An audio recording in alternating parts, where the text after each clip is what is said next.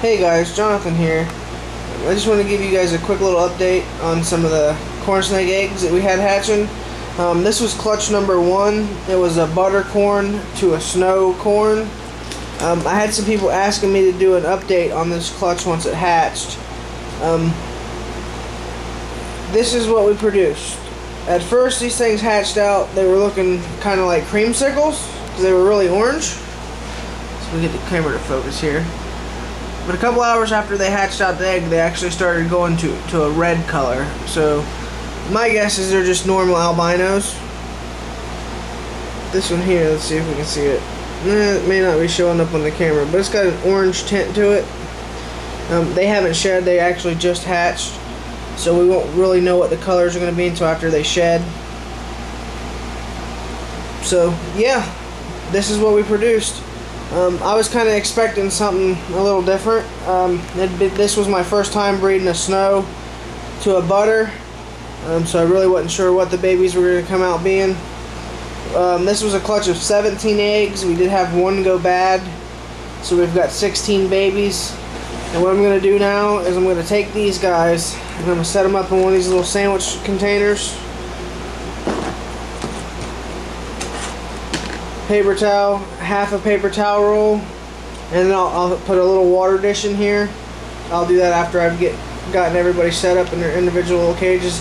Now these things hatched out pretty big. As you see, they're as long as the shoebox container. So they're actually pretty decent sized hatchlings. There's a lot of times you'll get smaller eggs. These eggs actually grew pretty big. So we just thought we'd give you guys a quick little update on this clutch. We had some other stuff hatch out. Let me see here. My clutch of normal stuff that I bred together hatched. I didn't do a video on this. I just got done setting these guys up. Classic normal corn snakes. Once they shed and get a little older, they'll start showing their red colors. Some cool pattern mutations. Some of this stuff here I was just basically working on a banding pattern type project. As you see here, we've got some. Let's see if I can get a shot. Where'd it go?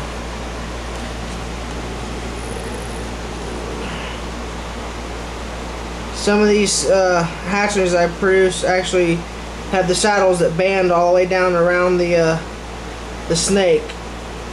So that's kind of what this normal clutch project stuff is going to be. We're going to try to produce some banded corn snakes in the future. And again, once I get all these little containers set up, I'll go and add a little water dish to everybody. Let's see. Be a typical little setup, pre-drilled holes in the sides. So, and it is hatching season. Right now these here and those are full of babies. These ones are not. I'm going to take the rest of these guys out, set them up over here, and what I'll do is I'll set them up in these containers. They'll start feeding almost instantly after they shed, and that's another good thing about the container size with it being so small, is it helps encourage them to eat when you put a pinky in there. And usually they take from I offer live pinkies at first.